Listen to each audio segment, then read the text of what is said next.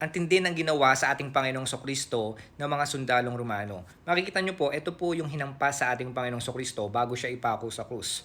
Kung titingnan nyo mabuti, parang normal lamang siya na latigo. Pero kung titingnan nyo po siya historically, makikita nyo na yung hinampas sa ating Panginoong Kristo, meron pong kasama yung metal, buto, o kaya man po kahit mga bubog. So kapag hinampas po ito sa isang tao, talagang hindi lamang po sa balat ito tatama, kundi sa pinakalaman ng tao. So ganun po yung nangyari sa ating Panginoong Kristo bago siya ipako sa krus. Ngayon mga kapatid, hindi lang isa o dalawang beses sinampas yung ating Panginoong Kristo niyan. Sinasabi po nila na higit 40 times na hinampas yung ating Panginoong Kristo ng bagay po na yan na sobrang talim.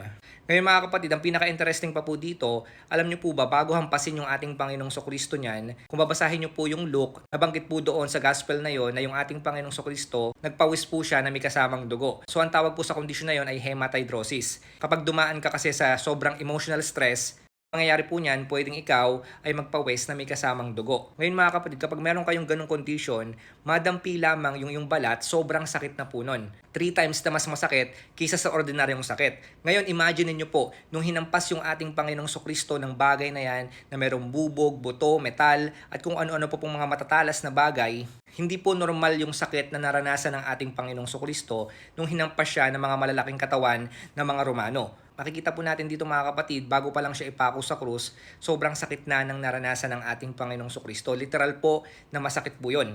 Kaya dito po natin makikita na hindi po basta-basta yung pinagdaanan ng ating Panginoong Kristo nung siya ay nagsuffer para sa'yo.